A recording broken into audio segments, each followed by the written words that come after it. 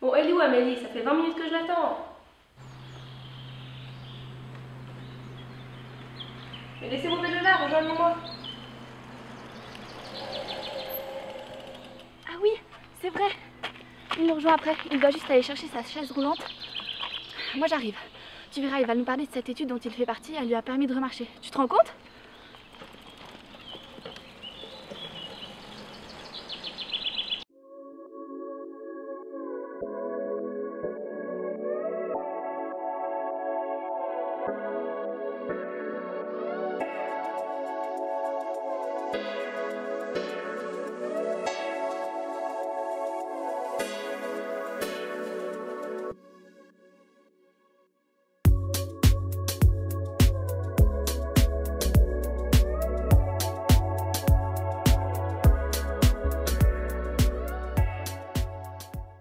Je pense que vous l'aviez compris, Sébastien est paralysé, il ne peut plus bouger ses jambes. On l'a rencontré dans le cadre d'une étude lancée par le professeur Grégoire Courtine, qui travaille avec des personnes paralysées, principalement paraplégiques. Le but espéré est de faire remarcher ces personnes grâce à de la stimulation électrique et avec un implant dans la moelle épinière. Cet implant aide la communication entre le cerveau et les membres touchés. Mais en fait, Elisa, comment est-ce que le cerveau communique avec notre corps? Est-ce qu'il utilise un téléphone pour transmettre les messages? Mais non, bien sûr que non. Pour comprendre la communication, il faut d'abord que je t'explique les bases sur le cerveau et le système nerveux. Voilà un cerveau. C'est de cette manière-là qu'on le voit en premier. Et en réalité, il cache plusieurs couches. Par exemple, en premier, il y a la boîte crânienne, ici en blanc, et les méninges, en gris clair. Elle cache le cerveau. Celui-ci ressemble à une grosse noix, comme vous pouvez voir ici. Et en fait, il est composé de deux hémisphères, le droit et le gauche. Il y a encore une autre petite couche qui est bien connue, ça s'appelle la matière grise. C'est là où les décisions sont prises. Voyons maintenant les différents lobes du cerveau, ici en couleur. Les lobes frontaux, en bleu, sont impliqués dans la planification, le langage et le mouvement. Une particularité qu'il faut retenir, c'est que le lobe frontal droite gère les mouvements du côté gauche du corps. Et inversement, donc le lobe frontal gauche gère les mouvements du côté droit. Il y a aussi les lobes pariétaux, ici en jaune, qui sont pour l'intégration des informations et le repérage dans l'espace. Après, les lobes temporaux en vert, donc de chaque côté comme pour chaque lobe, sont pour l'audition, le langage aussi et la mémoire et les émotions. Et enfin, les lobes occipitaux en rouge sont pour la vision. Il reste encore d'autres éléments dans cet organe complexe. Le cervelet par exemple, qui joue un rôle dans l'équilibre du corps et la coordination des gestes. Ou encore le thalamus et l'hypothalamus, qui gèrent la faim et la soif. Ok, d'accord, mais c'est bien joli de connaître toutes les parties, mais le cerveau, il travaille pas tout seul, non? Oui, ça vient. Effectivement, jusqu'à maintenant, je vous ai parlé presque du cerveau. Mais le système nerveux est bien plus complexe que ça.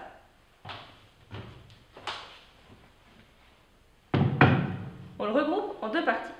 Le premier, c'est le système nerveux central, ici en rouge, donc qui compose le cerveau et la moelle épinière. Et le système nerveux périphérique, qui regroupe tous les nerfs, en vert. Et en fait, le long de cette moelle, il y a 31 sorties, donc où les nerfs sont attachés à la moelle épinière. Mais attention, il y en a une de chaque côté.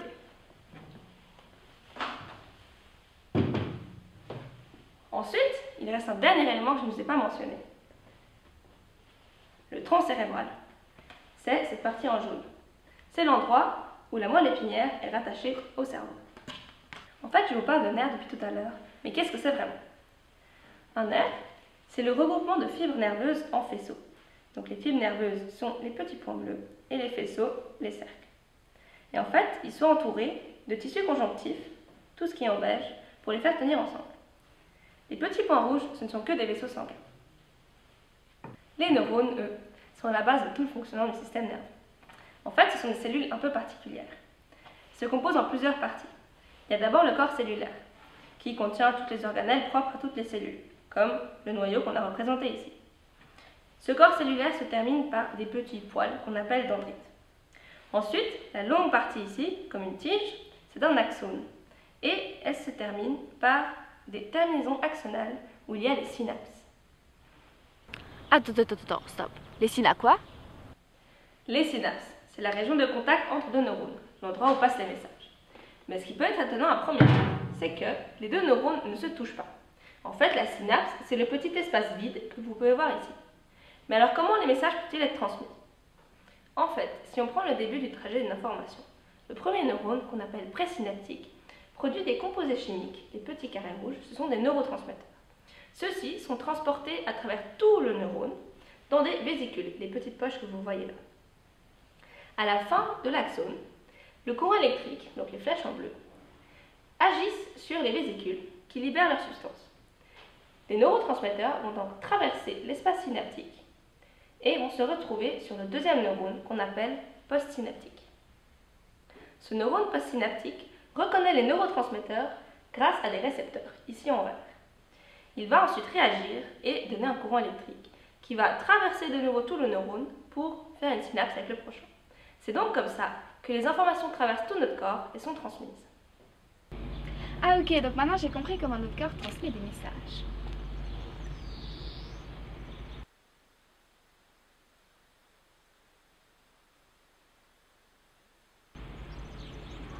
Mais alors concrètement, comment est-ce qu'ils arrivent à faire tous ces mouvements? Tu te rappelles toutes les parties du cerveau que je t'expliquais avant? Celles qui nous intéressent ici, ce sont celles à l'origine des mouvements volontaires. En réalité, il s'agit d'un enchaînement d'opérations qui ont lieu dans les réseaux neuronaux commandés par le cerveau. Le cortex moteur y joue un rôle essentiel, puisque c'est là que l'intention d'effectuer un mouvement est déclenchée. Celui-ci se situe à l'arrière du lobe frontal, juste avant le sillon séparant le lobe frontal du lobe pariétal. Celui-ci est composé de deux grandes aires. La plus large est le cortex prémoteur, aussi appelé R6. Et l'autre, l'aire 4, qui longe le sillon, est en réalité le cortex moteur primaire. Lorsqu'on souhaite effectuer un mouvement, un enchaînement d'actions a lieu dans notre corps et qui prend origine dans le lobe frontal, comme je vous ai expliqué avant. Celui-ci fixe les objectifs à atteindre. L'aire 6, donc le cortex prémoteur, s'occupe de planifier et d'organiser ce mouvement, c'est-à-dire de choisir le groupement de muscles qu'il faudra contracter. Il transmet ensuite la commande à l'aire 4, qui va se charger de l'exécuter. Elle reçoit les informations nécessaires à la réalisation de ce geste, venant de nombreuses régions du cerveau qui précisent la trajectoire idéale de ce geste. Les lobes alentours l'informent du contexte dans lequel le mouvement va s'effectuer, la situation dans l'espace par exemple. Le cervelet joue un rôle important dans l'enchaînement des mouvements, et le tronc cérébral intervient aussi pour la coordination des muscles activés, l'équilibre, la posture. L'aire 4, ayant reçu les informations nécessaires, elle va activer le groupement de muscles en passant par les motoneurones de la moelle épinière. En fait, les axones des neurones de l'aire 4 se prolongent jusqu'à dans la moelle épinière. Et donc, l'information passe par ces derniers, et de là, elle est transmise aux neurones moteurs qui se situent dans la moelle épinière. Et pour finir, ces motoneurones se joignent aux muscles et peuvent véhiculer la commande motrice.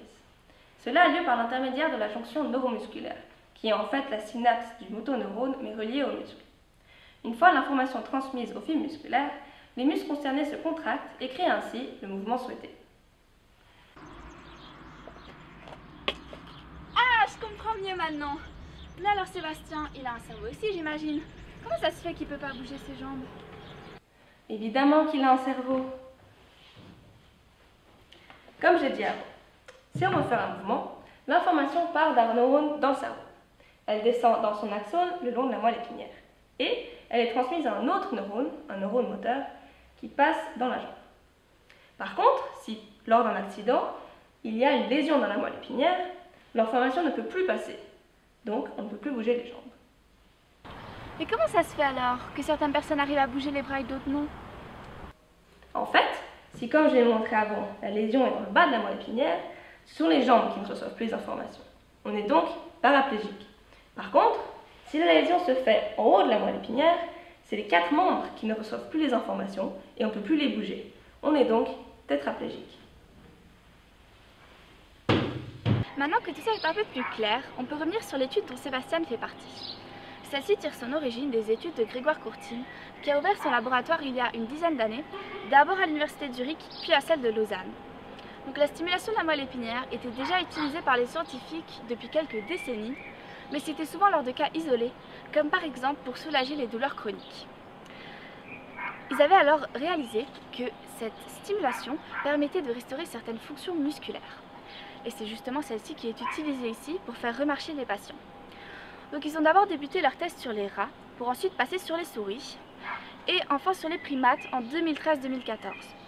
Et c'est en 2015 seulement qu'ils ont commencé à préparer l'étude clinique pour recevoir leurs premiers patients en septembre 2016. Depuis, beaucoup de progrès ont été faits. Mais au fait, Elisa, comment est-ce qu'elle fonctionne cette stimulation? Le but est de stimuler de manière ciblée. Donc pour une flexion ou une extension, la stimulation ne se fait pas au même endroit. En fait, il y a deux objets importants. Le premier est un implant qui est placé dans la moelle juste en dessous de la lésion. C'est là que sont les électrodes. Et pour contrôler tout ça, on a besoin d'un neurostimulateur. Celui-ci est placé sous la peau au niveau de l'abdomen. Et en fait, avec un ordinateur, on peut se connecter à ce stimulateur et envoyer des commandes pour stimuler l'électrode qu'on veut. Il sert donc à contrôler la stimulation. Lorsqu'on envoie ces signaux, l'activation des neurones endommagés de la moelle est facilitée et l'information qui était très faible au passage de la lésion est amplifiée.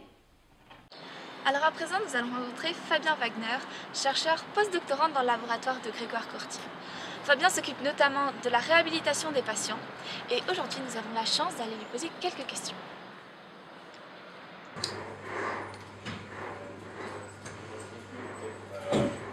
Bonjour, Fabien Wagner, chercheur postdoctorant dans le laboratoire. Enchanté. Je vois qu'il y a beaucoup de machines ici. Est-ce que vous pouvez nous expliquer un peu ce qui se passe actuellement dans ce laboratoire? Oui, bien sûr. Donc ici, ce qu'on fait, c'est de l'entraînement locomoteur assisté par des stimulations électriques de la moelle épinière chez des patients qui ont reçu une lésion modulaire, c'est-à-dire qui sont paraplégiques ou tétraplégiques. Lors d'études comme celle-ci, le but final est généralement le même. Je dirais que le but général de ce type d'études, de ce type de recherche, de notre laboratoire et de laboratoires qui travaillent dans la même direction, c'est d'augmenter la qualité de vie des patients. Et ça passe par plusieurs choses. L'une de ces choses, c'est récupérer le contrôle moteur.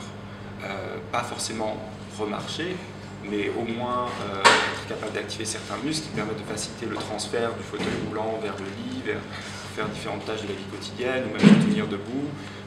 Ici, c'est la marche qui est utilisée comme modalité d'entraînement pour renforcer ces connexions synaptiques et cette récupération. Et alors Amélie, ils ont eu les résultats auxquels ils s'attendaient? Oui, et même plus que ça. En effet, les résultats se sont avérés plutôt prometteurs pour la suite. Donc comme je vous l'ai dit avant, les tests ont débuté sur les rats. Ils se sont ensuite servis de souris d'une lignée spécifique pour réaliser une étude plus approfondie du mécanisme des circuits neuronaux qui sont impliqués dans cette récupération. L'avantage de ces souris est qu'elles ont un outil génétique qui permet de cibler certaines populations neuronales spécifiques. Les premiers résultats sur les rongeurs se sont avérés assez surprenants puisqu'ils étaient capables de marcher à nouveau. Évidemment, ils ne représentaient pas exactement ce qui se passe chez les humains, puisqu'ils étaient réalisés dans des conditions différentes. Et lorsqu'ils sont passés aux essais cliniques, les résultats se sont résumés à deux observations clés. La première était le principal résultat attendu. La première, c'est la capacité de restaurer des mouvements, des fonctions musculaires, et d'organiser ces mouvements, ces activations musculaires dans une séquence temporelle pour leur permettre de marcher grâce à la stimulation. C'était une prouesse technologique. Ils étaient très satisfaits de voir les résultats, mais s'y attendaient quand même un peu. La deuxième observation clé, par contre, était espérée avec moins de certitude et avait été observée chez les rongeurs. La question était de savoir si ces entraînements allaient déclencher la plasticité neuronale, c'est-à-dire si les patients allaient récupérer leur capacité motrice. Et qu'est-ce qui s'est passé? En fait, le deuxième patient de l'étude est arrivé un matin au laboratoire, après environ 2 mois d'entraînement intensif, et il s'est avéré qu'il pouvait bouger son orteil et étendre un peu son genou avec la jambe qu'il ne pouvait pas bouger avant. Au bout de 5 mois, il était capable d'étendre son genou gauche de manière complète et au bout d'1 an, il pouvait marcher entre 2 barres parallèles sans stimulation pendant quelques mètres. Il faut aussi relativiser l'importance de ces observations du point de vue de la vie quotidienne. Par exemple, bouger l'orteil, etc. Ce n'est pas quelque chose qui va tout changer dans leur vie quotidienne, mais du point de vue scientifique, ça montre que dans un système neuronal où il n'y a pas eu d'activité depuis 14 ans dans certains cas, et pas d'activité volontaire, on est capable de restaurer cette activité volontaire avec un programme d'entraînement intensif facilité par des stimulations. Sébastien, lui, est un patient un peu particulier et vous allez rapidement comprendre pourquoi. D'ailleurs, est-ce qu'il est arrivé, Sébastien? Ça fait longtemps que j'attends, moi. Oui, il est arrivé. D'ailleurs, Sébastien, est-ce que tu serais d'accord de nous expliquer un peu comment tu en es arrivé là? Alors j'ai eu mon accident en 2013, c'était un accident de VTT et de vélo, j'étais dans un camp d'entraînement avec des jeunes, des enfants de 13 ans à peu près. J'ai un peu mal négocié une bosse, je suis parti, j'ai sauté vraiment parti la tête la première, paume, je suis arrivé sur la tête. C'est là, je n'ai pas du tout perdu conscience. J'ai réalisé que je ne pouvais plus bouger les jambes. Après un accident comme ça, la réhabilitation se fait en 2 temps. Dans un premier temps, le patient essaye à l'hôpital de récupérer le plus de fonctions possibles perdues, comme par exemple les doigts ou les bras, et apprend à vivre au quotidien avec. Donc un paraplégique reste environ 6 mois à l'hôpital, alors qu'un tétraplégique y reste 9 mois. Dans un deuxième temps, le patient rentre chez lui et, souvent accompagné d'une physio, débute la thérapie à la maison. Alors Sébastien, dans son cas, est resté 9 mois à l'hôpital et est rentré chez lui en 2014. Et c'est là qu'il a commencé les exercices de réhabilitation. Il s'y a investi très sérieusement pendant 3 ans. Et c'est qu'en 2017 que quelqu'un a pris contact avec lui pour lui proposer de faire partie de l'étude. Donc on sélectionnait les personnes dépendantes de leur situation physique et Sébastien était l'un des plus gravement atteints puisqu'il était tétraplégique et non paraplégique. Mais attends, il n'est pas paraplégique? L'étude, elle travaille qu'avec des gens paraplégiques, non? Et non, Sébastien, lui, est tétraplégique et non paraplégique. En fait, il a une lésion au niveau cervical, mais il a réussi, grâce à ses exercices de réhabilitation à la maison, à récupérer de la mobilité dans les doigts et les bras. Et c'est ça qui lui a permis de participer à l'étude, puisqu'il est capable de se soutenir avec le haut du corps lors de ses exercices de réhabilitation. Donc l'étude s'étend sur 9 mois, mais concrètement, il s'agit de 6 mois d'exercices intenses pendant lesquels Sébastien se rendait tous les jours de la semaine à Lausanne. Donc ils lui ont implanté 1000 électrodes, et pendant ces 6 mois, ils ont essayé de recruter les muscles pour utiliser de nouvelles fonctions comme la marche et certains mouvements volontaires avec les jambes. Ces quelques mois qu'ils ont suivi l'accident ont donc été très contraignants, autant mentalement que physiquement. Tu réalises à quel point il faut être fort pour se reconstruire après un événement comme ça? On peut que s'imaginer. Psychologiquement, c'est un coup extrêmement dur à supporter. Notre vie change radicalement et soudainement. Les mois à l'hôpital sont un calvaire, on ne peut plus rien faire tout seul, le regard de la société change et même le regard sur nous-mêmes change. Mais le plus dur, se reconstruire. Et bah, c'est clair, nous on a aussi une image par rapport à nous-mêmes. On se dit, ok, est-ce que j'ai de la valeur ou pas de la valeur? Ou bien est-ce que les gens ont de la pitié? C'est bon, ça va un moment, quoi. On a envie de passer à autre chose.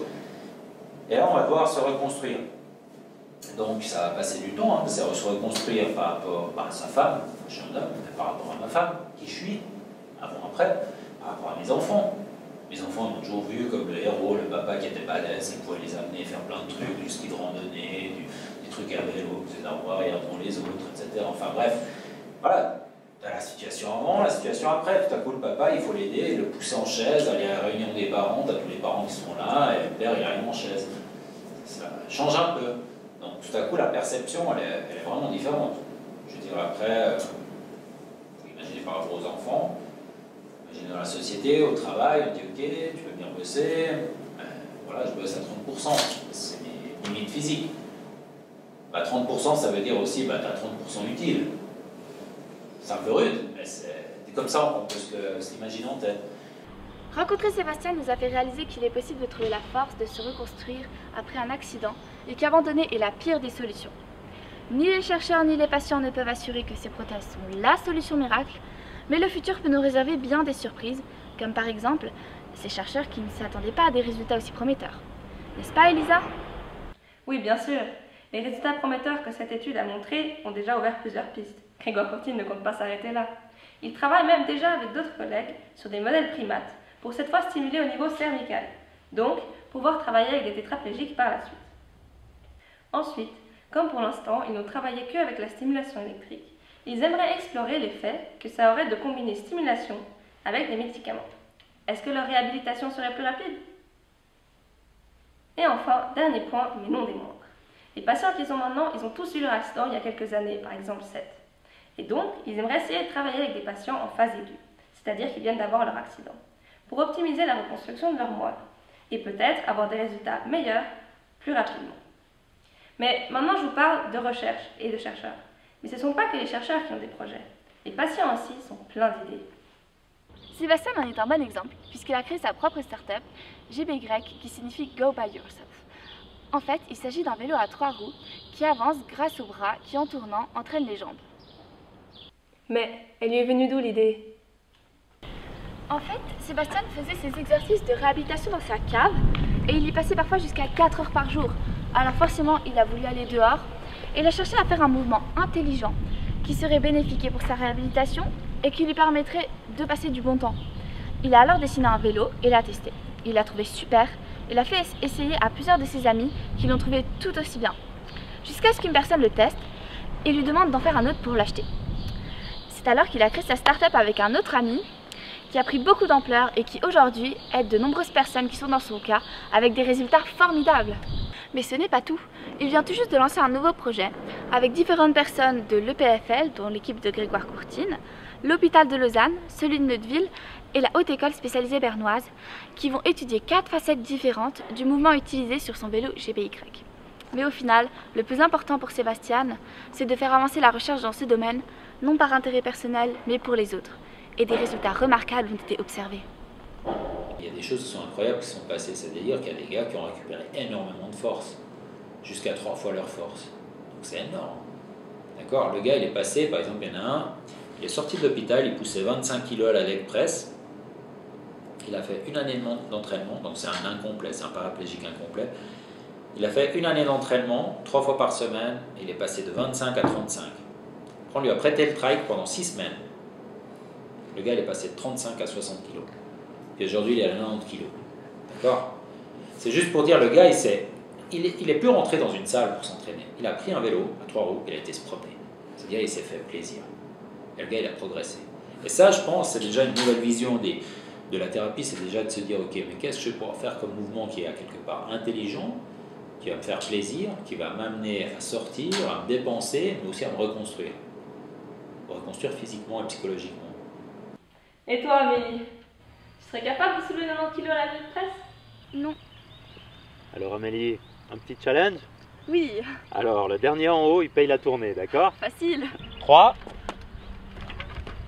2, 1, go!